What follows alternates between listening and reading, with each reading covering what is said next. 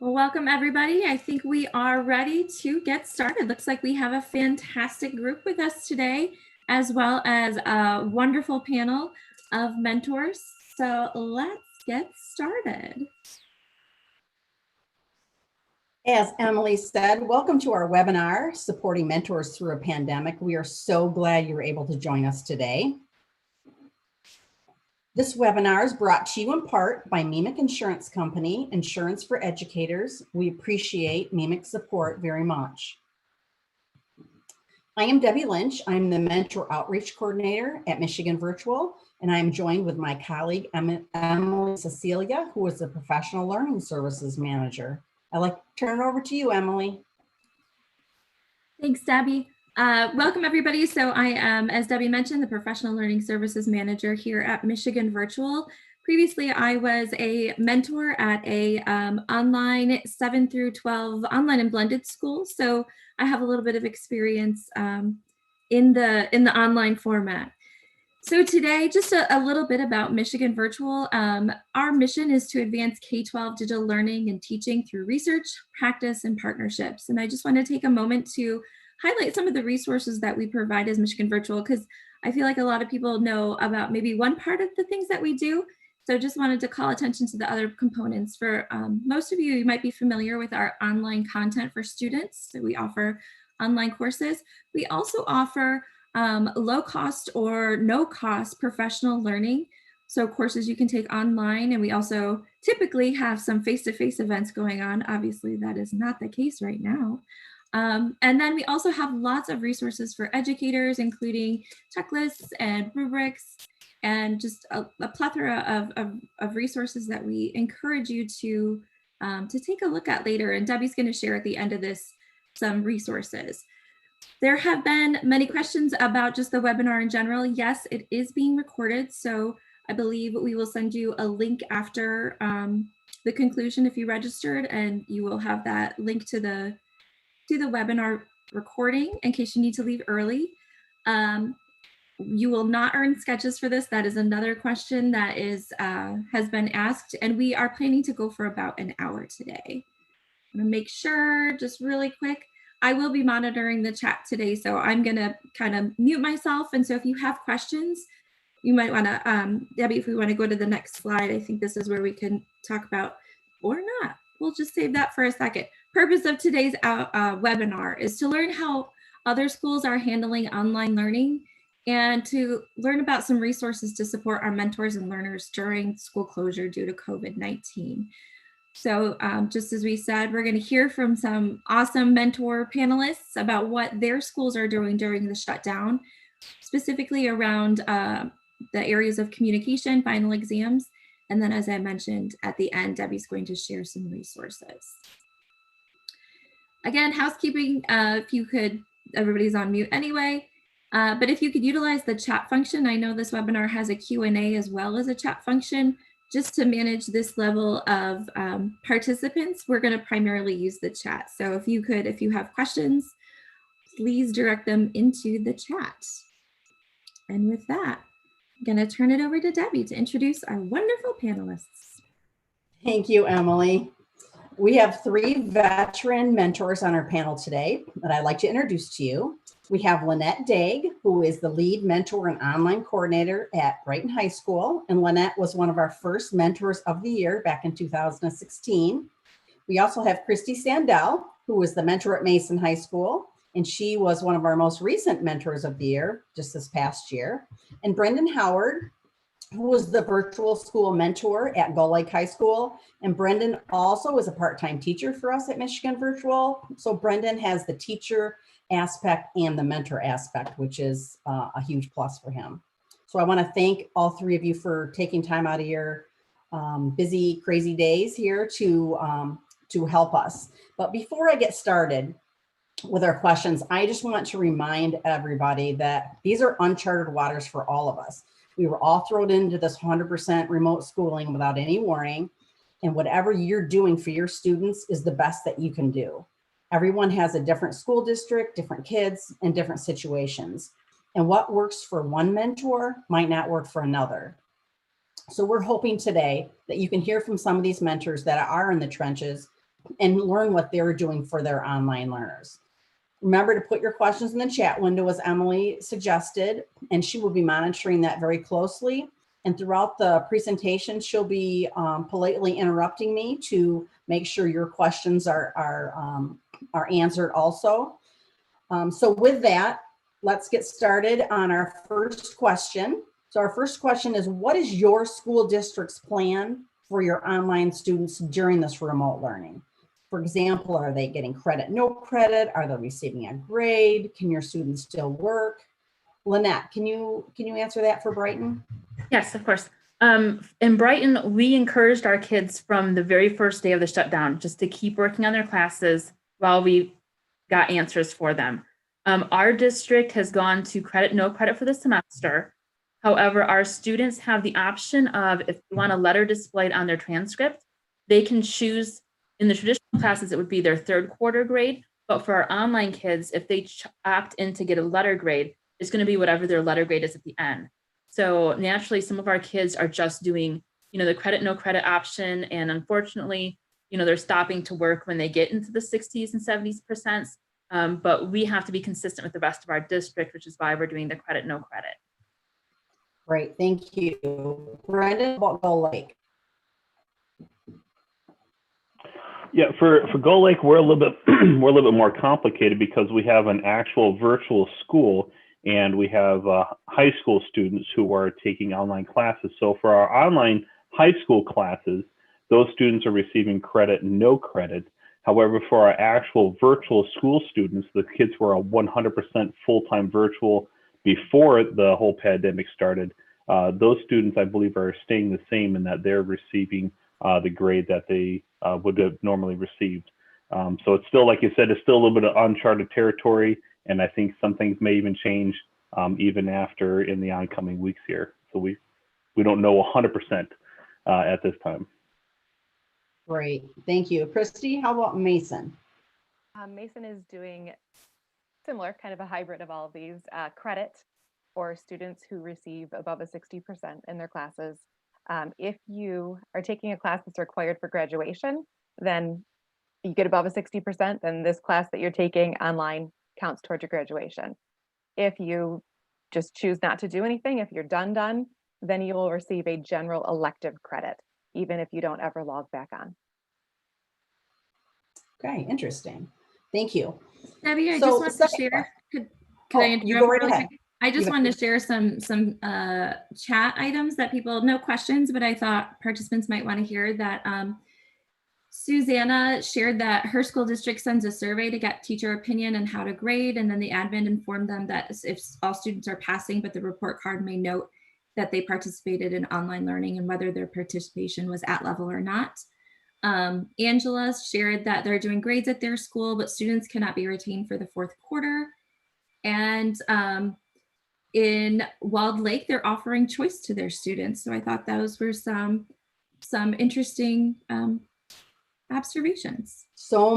I've talked to so many mentors the last few weeks, and I don't know if two schools are doing the same thing. It's amazing the different avenues people are taking. But like I said, everybody was just thrown in and like hurry and make a decision, and it's really tough.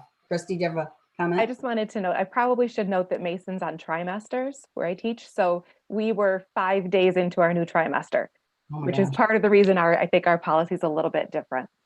Yep, that makes a big difference. Absolutely. All right, second question, a big one. How are you connecting with your students? Meaning, are you using, what kind of resources are you using to connect with them? Are you using any kind of communication log? Does your school require you to communicate or to keep a log? And how successful have you been in communicating with these kids? Brendan?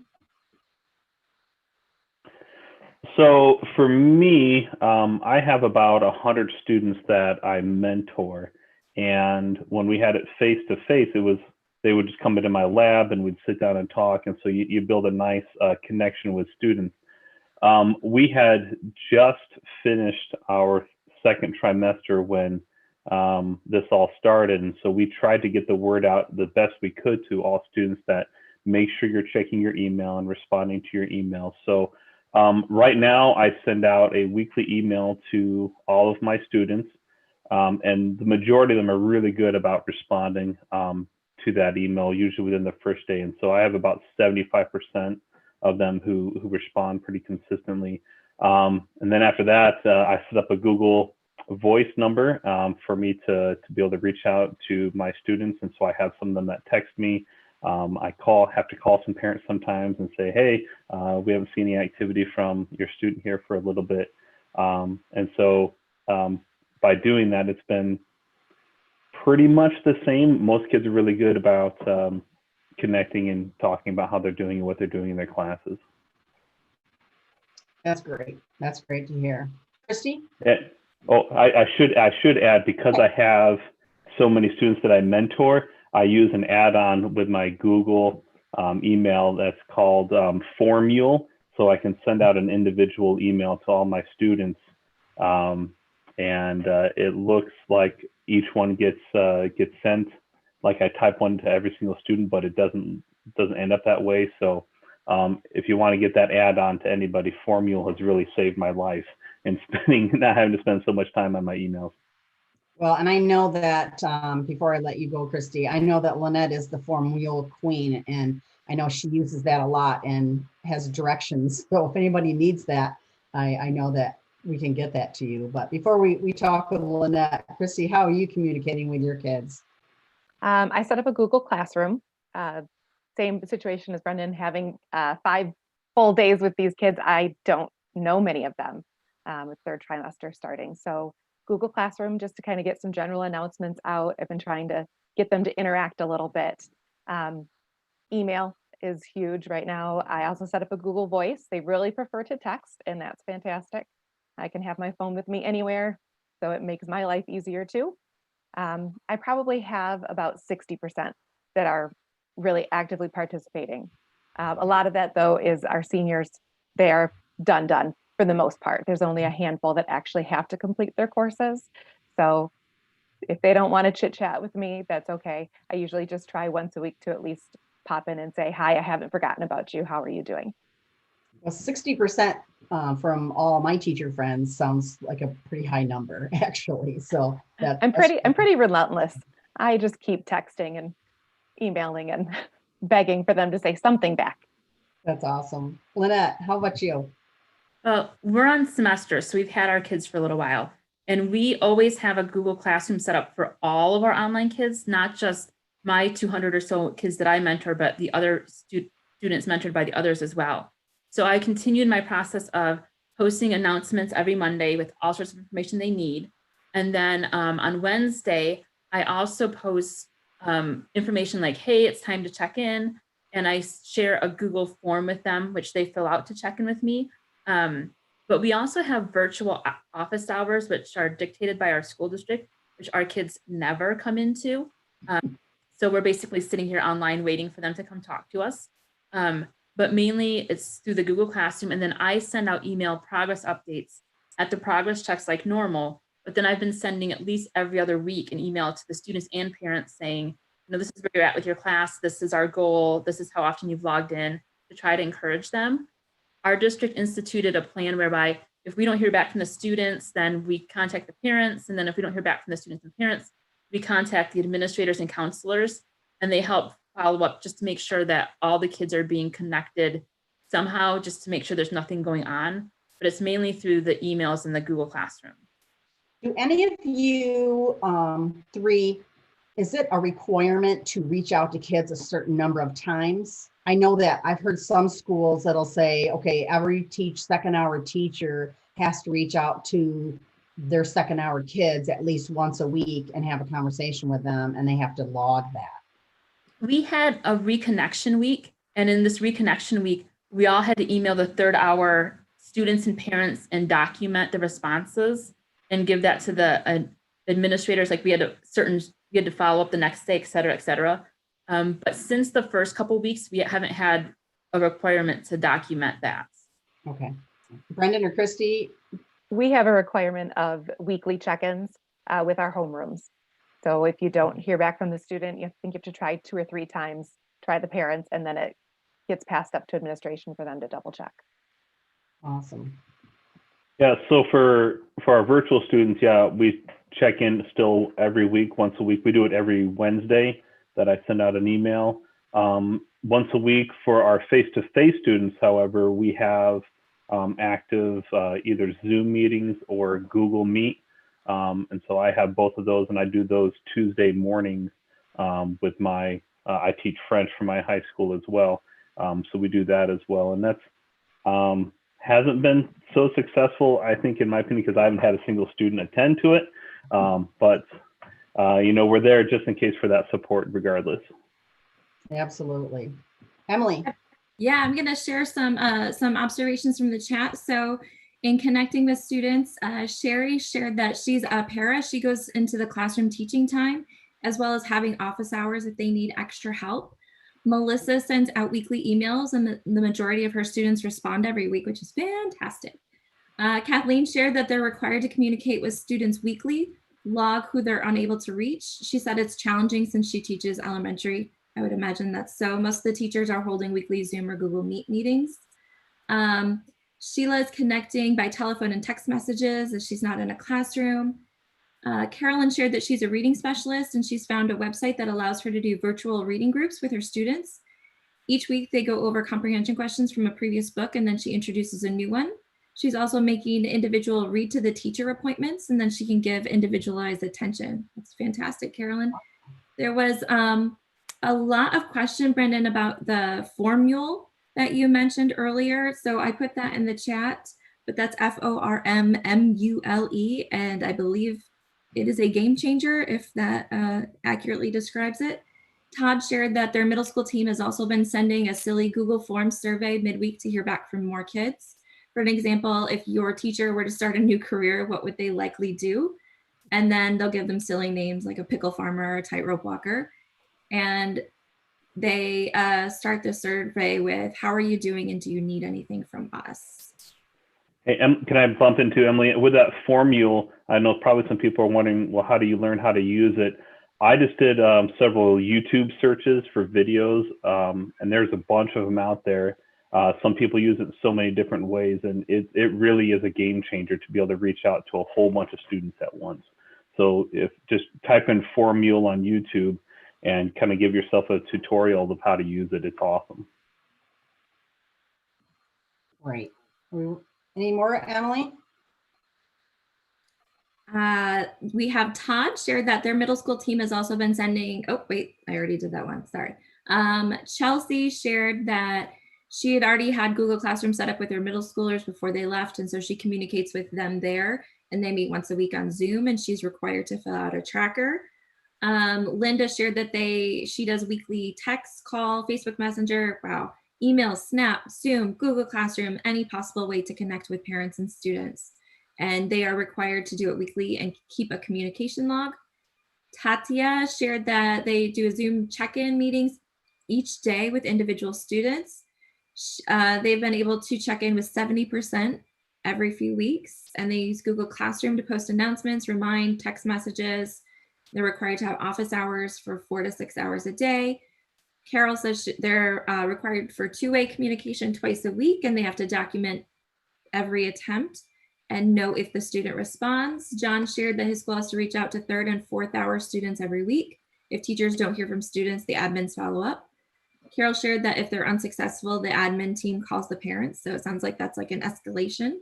Yeah. And I'm just gonna do one more because thank you everybody for participating. At Climax Scott Schools, they're doing no credit for grades. If students are earning 60% or above at the end of face-to-face learning, they'll receive credit regardless of any involvement in remote learning. They have required weekly Zoom meetings for other courses. They're sending out weekly emails to students and parents regarding less than 60% of participation in the distance learning plan, and their principal has asked for specific data about any form of contact with their students. And there are 21 messages I haven't read yet. So that's just the tip of the iceberg, but I'm gonna turn it over to you. Okay, that's awesome, thank you. So the next question is a tough one for everybody. How are you handling final exams? Because I know at Michigan Virtual, we're real sticklers on having final exams proctored, and it just keeps the integrity of the exam.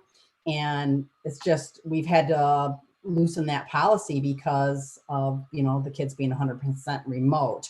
But I do know that there are some other creative things going on. Just wondering if you guys are going to proctor, or are you giving the students a password, the parents a password? Lynette, how you handling that in Brighton? We are still requiring our final exams and in some cases the midterms be proctored. And I'm doing that virtually through Google Meet. So the students set up a time with me, they join me on Google Meet, they share their screen with me, and I read them the passwords, hoping that they don't write it down and share it with their friends. And I sit there with them, they're on camera so I can see what they're doing, and I sit there as they go through all their questions to make sure they're not opening other tabs and things like that. I know some students don't have webcams on their computers, so they sometimes join the Google Meet on their phone so I can see them, and then also share their screen with me on their classroom. But other than that, we aren't giving them the passwords. We're making them meet with us virtually. Wow, that's quite a feat. Kristy, how are you handling final exams? The opposite from Lynette. We are just giving students the passwords for both their midterms and the exams.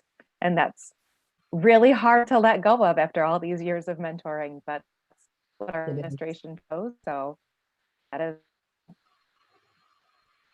Well, unfortunately, that is really how a number of students are doing it. When Lynette told me she was going to proctor all of them, and I was like, wow, that's awesome that you can do that. But a lot of people don't have the means to do that. And so a lot of schools are just having to give the kids the password. Brendan, how's Gull Lake handling that? So because we have a collaboration with Michigan Virtual, our high school does. So we have some of our own teachers who teach the Michigan Virtual classes as well. But we also have some teachers for other classes that are not what's the word? I'm forgetting the word that you use for not core classes. There we go. The electives, some of those are Michigan Virtual teachers. So right now, kind of the process that we're doing it is for our Gull Lake teachers who teach the online classes, we're leaving it up to them to supply the password to students. And for us, for me, the students that I mentor, we've said we're going to have parents do the proctoring and trust that they're going to be the ones doing it properly. So I have the students email me their parents' email, and I reach out to the parents and send them the password and set up a time when they're going to do it. I think the word that I've heard the most during this whole process is the word grace. We're trying to be really flexible and trying to help students learn as much as possible, and just keeping those kind of things in mind, I think has really helped us out a lot. Absolutely. Emily, has anybody offered any other suggestions in the chat? Kim shared that they don't have finals at Walled Lake. Carol shared that she also teaches for an online course and their tests are proctored by appointment.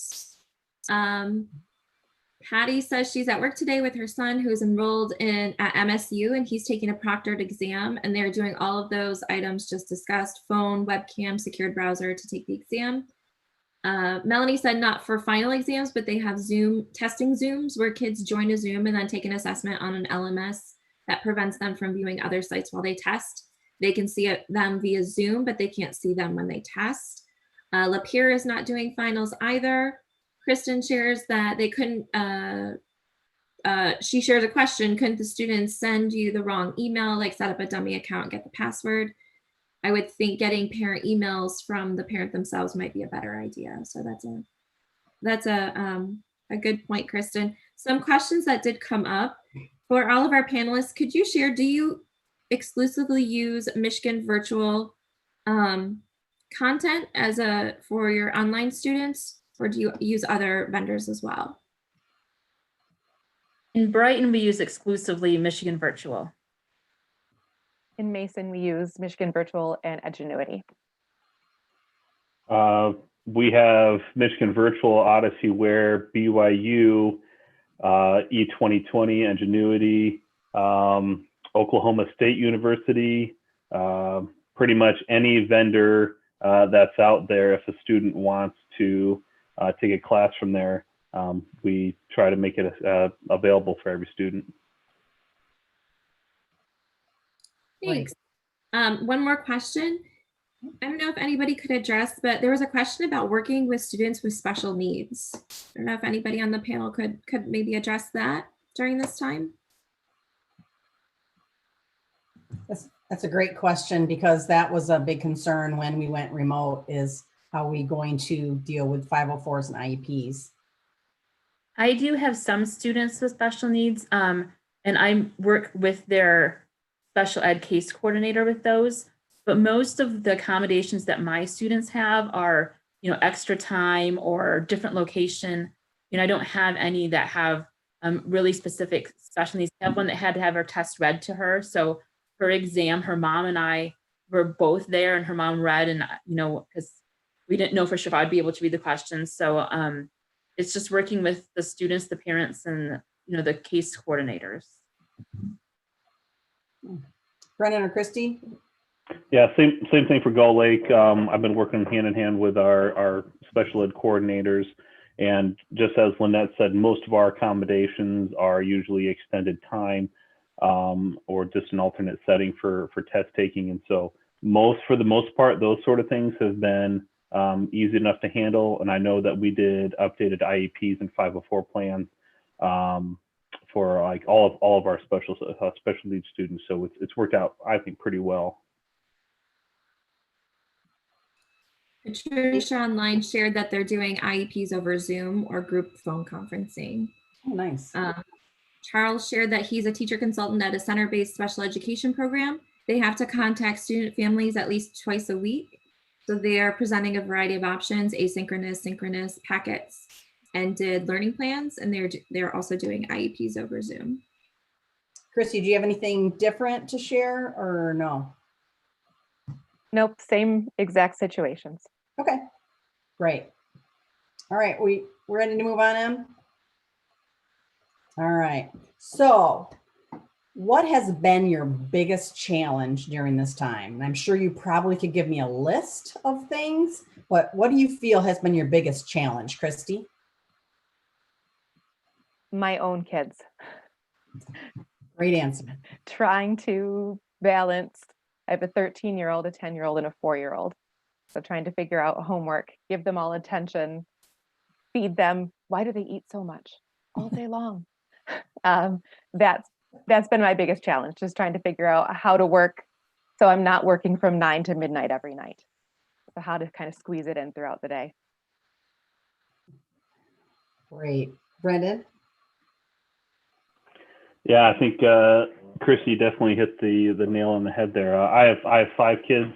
Oldest is 16, youngest is 8 months, and my 16-year-old, she's also doing sign language classes through Michigan Virtual, and so I have the perspective of being a mentor, an online teacher, and also being a parent of a student who's in online learning, and just trying to balance it all out.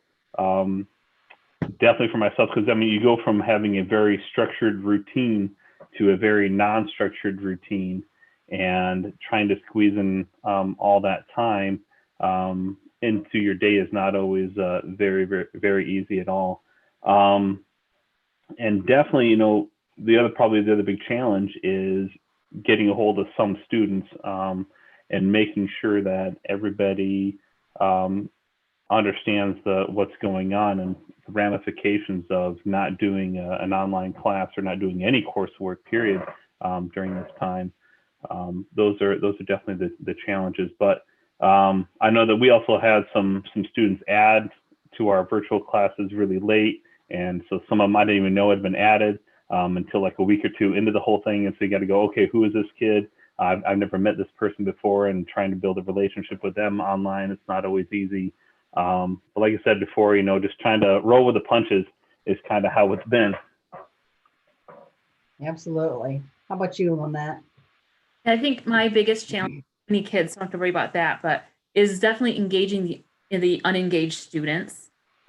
Because when you work with so many kids, you feel like you're constantly working, you're answering all these emails from all these kids that are active, And so, yes, I communicate with 175 kids to 200 kids every week, but there's still some kids out there that I haven't, touched base with, that I have to consciously go and look and touch base with. And sometimes, you don't get a response from them. Sometimes it's like, I know I'm going to work, but they don't work. So then you have to contact them again and say, you said you were going to work, but you're not working. And so, we're supposed to reach out to our administrator, but of course they're overwhelmed too. So I would say definitely the students that are not engaged, getting them engaged and getting them back to working is the biggest challenge, because we don't have any penalties. In the normal day, we would say, oh, you have to stay after school for detention, or you have to work in the lab. And, right now they know we can't really do anything other than keep bugging them with emails. Absolutely. Emily, does anybody have anything different that they've shared? It sounds very similar. I see student motivation, getting students to engage with content, especially when they know it won't impact their grade or GPA. And I feel like that's not just our kiddos that are online, it's everybody, right? Bridget shares that she empathizes with you, Kristy. She has 4 kids, teaches ELA 6 and advanced ELA 7th grade. And she's also the dropout coordinator for their alternative education students, working all day, just trying to meet the needs of her students. And it probably doesn't help that she thinks most of her students are nocturnal. So the best times of connecting with them seem to be at 2, 3, 4 in the morning. But she says she loves to have them. Biggest challenge from Sherry, balancing home and school times. It's so blended right now. I think I've heard that. And Linda shares that kids only went to school for sports and now they have no motivation to do anything. So those are some interesting comments. Kristen said contacting parents when our high school students have seemed to drop off the planet seems to work well. Somebody asked if there are tips and tricks to address these things. So contacting families, giving a failing grade or no credit for students not engaged seemed to be another possibility. And Joni also shared a challenge of families who don't have internet due to rural up north area, students without Wi-Fi. I think that's a common challenge as well. Yes, and I've heard mentors contact me to say they don't have internet, not just their kids, like they don't even have a way to connect with their kids. Okay, so go ahead. I'm sorry. I was just going to say this is another perspective that hasn't been brought up, but Sheila shared that since they've had the pandemic, they've also had a community celebrating Ramadan. So it's difficult to teach students because the telephone numbers belong to parents in the Muslim community, have a schedule that must be adhered to. So it takes a while for students to return phone calls and things like that. So that's a good other, perspective and other kind of barrier sometimes.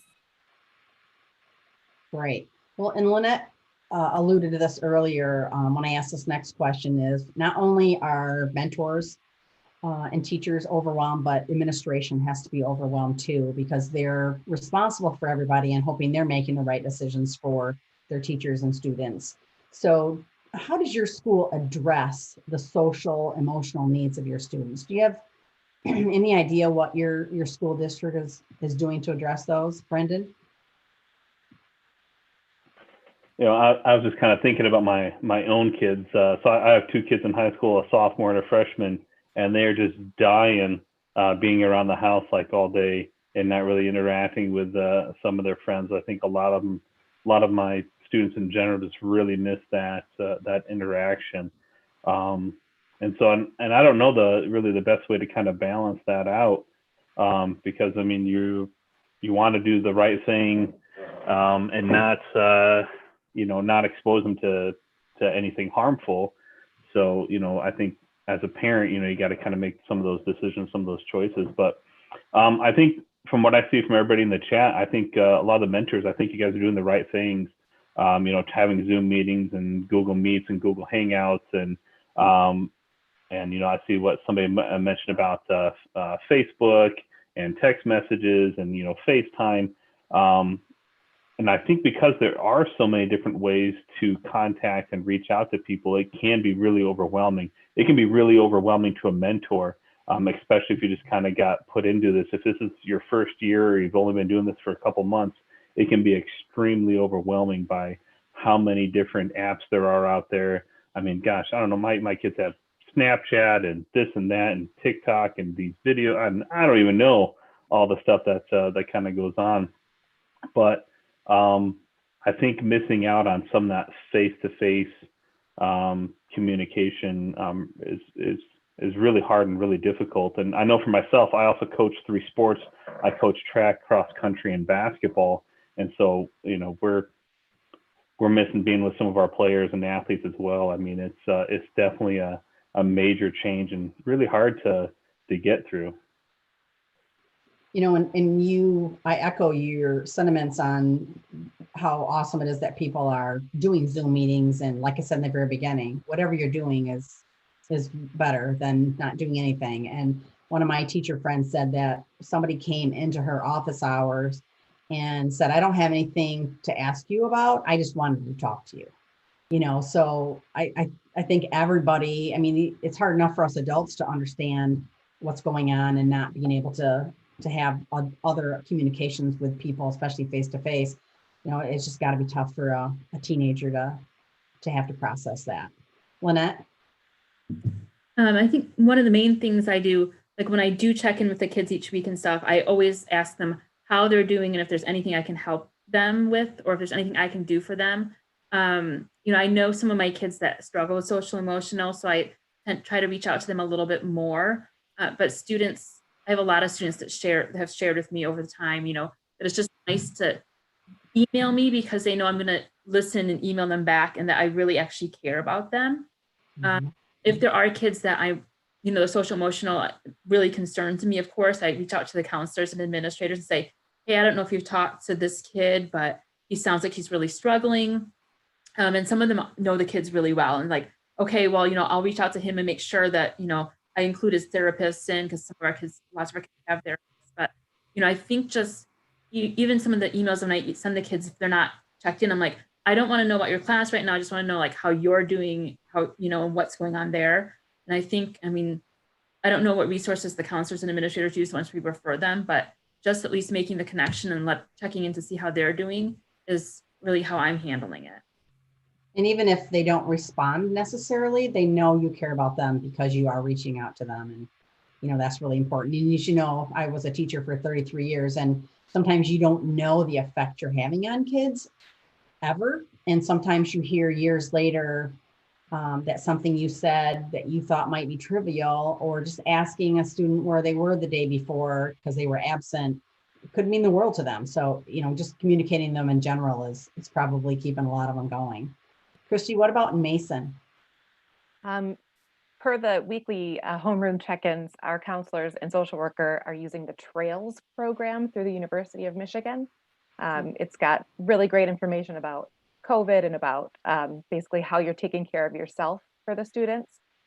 I am sure that, I don't know, 90% of the kids are not reading these newsletters that come from it. However, I'm hopeful that there are a handful that need it and that are using it.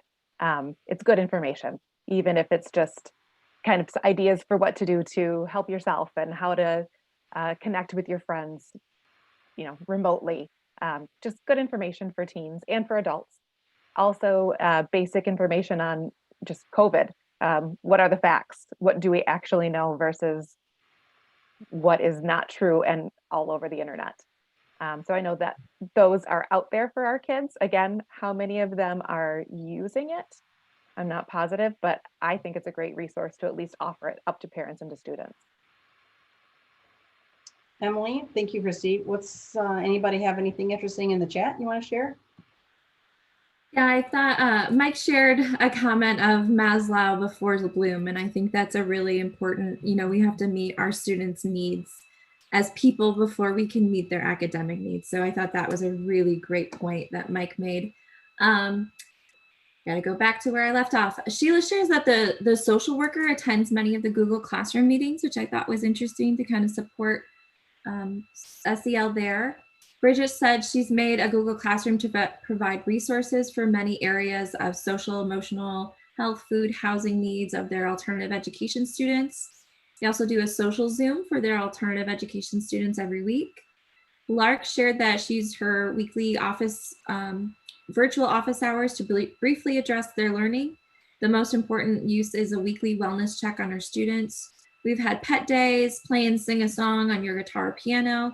Next week, they'll be discussing the ARC, act of random kindness that students have done for others. Patricia said she's an elementary SSW. She posts SEL activities on Class Dojo, School Story every week.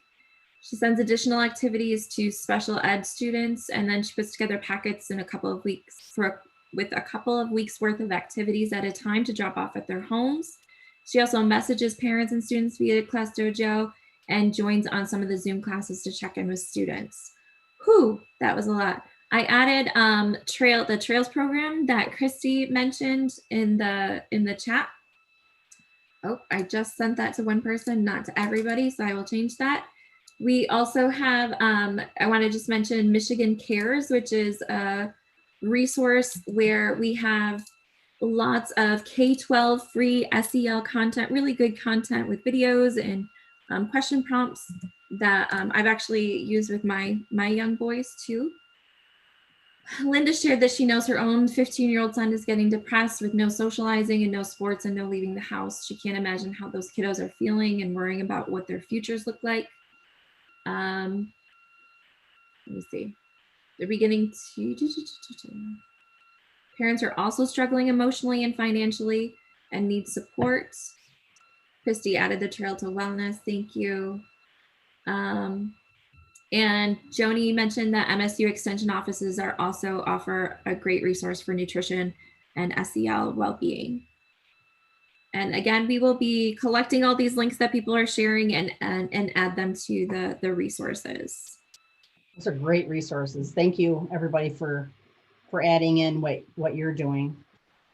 So talking through all the things you're doing and you're trying to do, what feedback have you received from kids? I know that some of you feel like you're reaching a few more than others, but whether it's academic or non-academic, what feedback are you hearing from not your children, but your students? Lynette? Most of my feedback, I think, comes in the non-academic realm. Just that they appreciate that I've been sharing information with them this whole time, and that I keep them informed, and that I reach out to them, and that I'm there to listen to them. A few weeks I put a video of myself with the announcements, and they said it was great to see me and actually have a connection with people again. Some of my students that have been taking exams with me love the fact that they get to see me and talk to me. We always have a short conversation before their exams, and it's just nice to touch base, because our mandated office hours the kids don't really use because they're mainly before 1 p.m. and most kids aren't active before 1 p.m.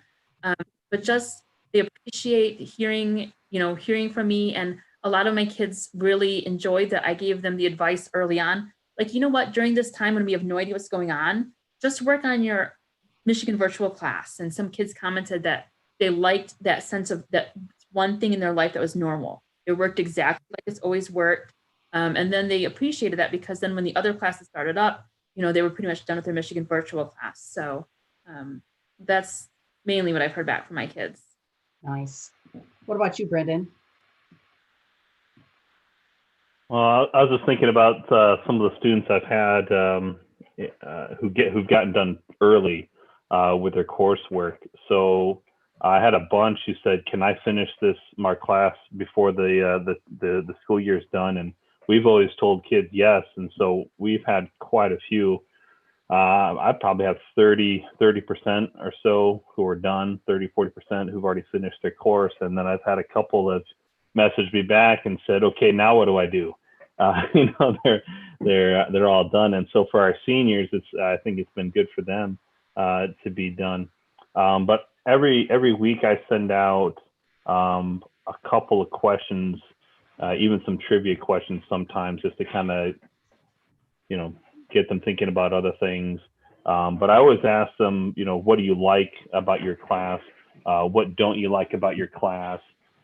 Is there something you would like to change about? about your course. And so getting some of that feedback from the students has been really good. Most of them say, oh, I like it just fine. There's nothing I would change. And a lot of them have already been taking virtual classes before this and kind of already have that routine down. But the biggest thing, and a lot of people have mentioned this as well in here, is motivation. For my face-to-face classes that I teach, I've had quite a few students just say, I'm just not motivated to do anything right now. And at least they're reaching out to me and telling me that. That's always a good thing to have happen. But for me, I would say that's probably that's like 5% of the kids who are just extremely unmotivated, what I've seen right now.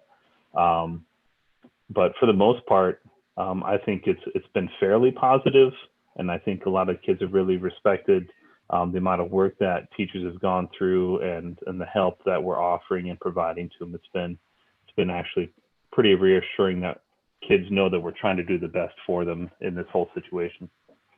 That's great. Kristy, how about you?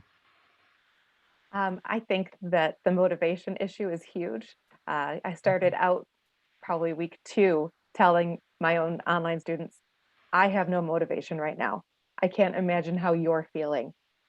This is hard on everybody.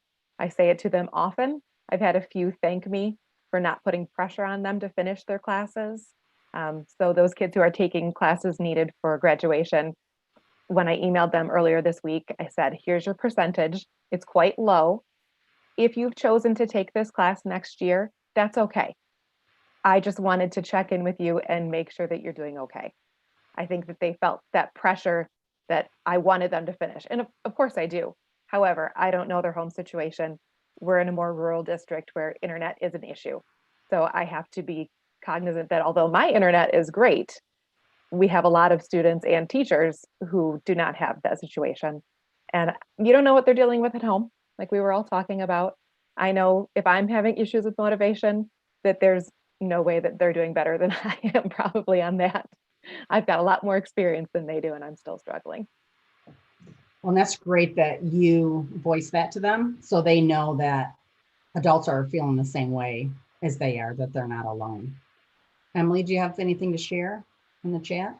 Yeah, Krista shared that some of her students like that they can work at their own pace and have more control of their schedule. As an example, sleeping in, that they can do that. Pamela shared that her students have shared that her Zoom class feels as though they are at school and they love the structure of the class. They also appreciate being able to go into the breakout rooms to complete their assignments. Linda said, parents and kids are thankful that I'm checking in with them. I'm always available for help anytime. They FaceTime me for homework help or just talk. My job has never been 8 to 3, and now it's definitely 24/7. This is a crazy time for all of us, and I'm just trying to be available for anything my families need. Bridget said, on a positive note, I've noticed some kids advocating for themselves and their education who did not have that skill before. And Sheila shared that she was amazed when she heard that former students were not allowed to come into the building to see her before the pandemic. And hopefully the new principal will allow students to see her afterwards. The students that have come to see me for years to discuss both academics and non-academic issues. And I think this is just the point. They need someone they can trust and who won't judge them during, especially during this time. Absolutely. That's awesome.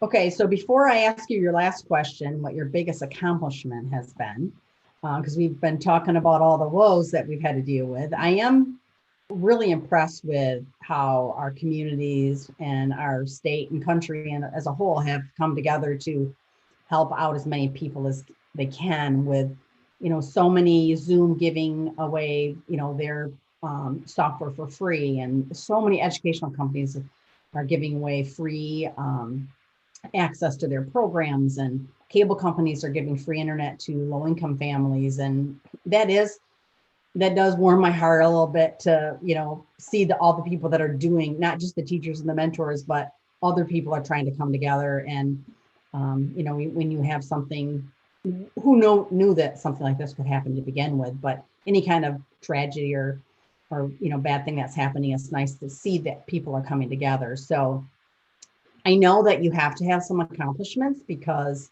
you guys work so hard. And I know that my teacher friends are telling me that they're working harder than they were when they were going to school every day.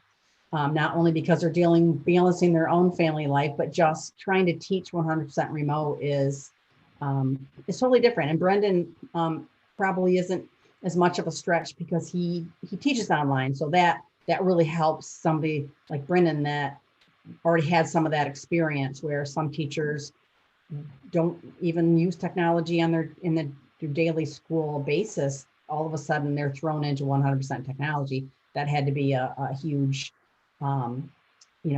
challenge for them. And Brendan alluded earlier, there are so many resources out there, and I'm going to talk about them in a couple minutes. And it's very overwhelming, and you just have to use what you need. So just take a couple resources and try them out. And I've had a lot of my friends that are teachers that have said, this is cool because I never had time to learn this before. Now that I've learned some of these programs, I'm going to be able to use these when I go back in the classroom. So there is a light there, good things that do come out of bad things sometimes. But with that being said, what do you guys feel like your biggest accomplishment has been throughout this whole thing? Brendan, I'll start with you. Yeah, it's a lot of little things to kind of think about with it. So I'll just share on a personal nature.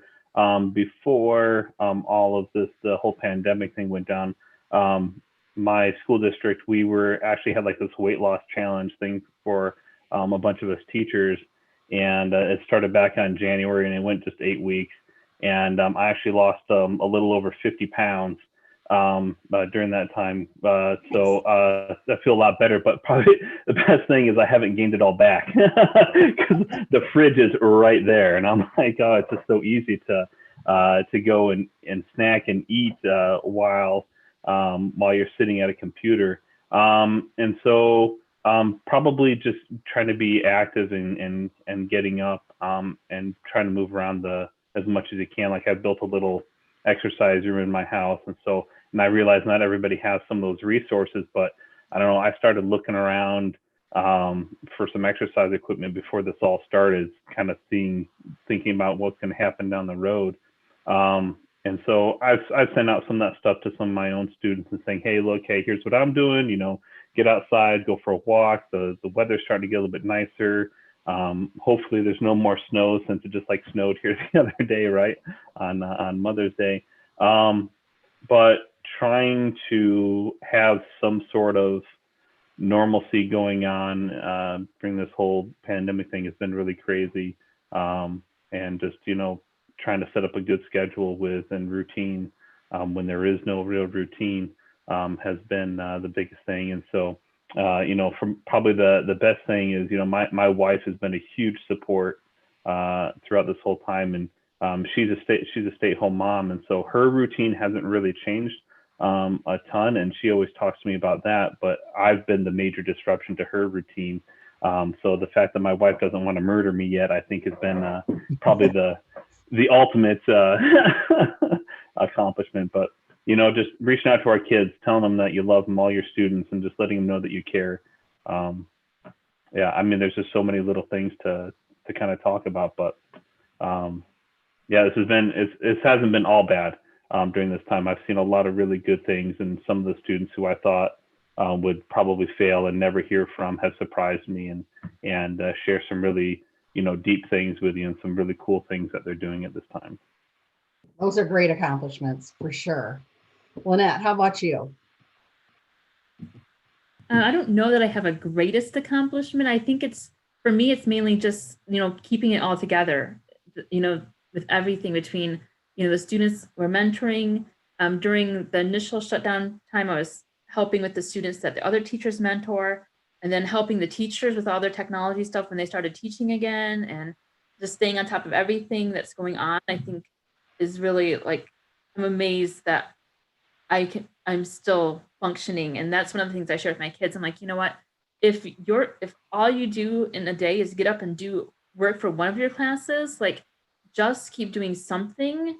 We're all struggling, and every little thing is an accomplishment in and of itself. Absolutely. Good job. Kristy? I had 2 seniors get above the 60% mark yesterday who need the class to graduate. So I did a little dance party in my sunroom while I work. I know, I was very excited. My own children are actually doing their work and they're not fighting me every day. So that's huge. My 13-year-old decided that he wants to learn to run, which means that I've been running. I don't love it, but I'm running. So it's kind of a personal accomplishment. He's still way faster than I am, but he's also got about 5 inches on me. So I blame that. But yeah, same as Brendan. My husband and I aren't killing each other. I'm actually enjoying the extra time at home with my kids. I mean, obviously we're very privileged to have that and not be worrying about finances at this point, and we're pretty darn lucky. So I'm trying to remind myself of that every single day. And I did have a student on Thursday, a senior, email me and say that she was very disappointed we weren't ending the school year together, and that I was her favorite teacher and that I was the reason she took so many online classes. And I shed a tear or two over that. She's a great kid, but it's nice to feel appreciated. It's nice to know that they miss us as much as we miss them. Absolutely. Absolutely. I had a teacher say, I used to look forward to when my next break was, spring break or conference or something, and she said, I'm never going to wish for that again. She said, I wish I could be with my students so much. I'm never going to take my job for granted. And I think that goes for anybody in any job, that it has been great to have that extra time with your family, but people, especially teachers, people don't realize how much teachers miss their kids. And that's just been really tough to end the school year this way. So, and like you said, sometimes little things are big accomplishments. So it sounds like you guys all definitely have your own. So Emily, we only have a couple minutes left for me to talk about some resources. Do you have any burning things we need to talk about from the chat first?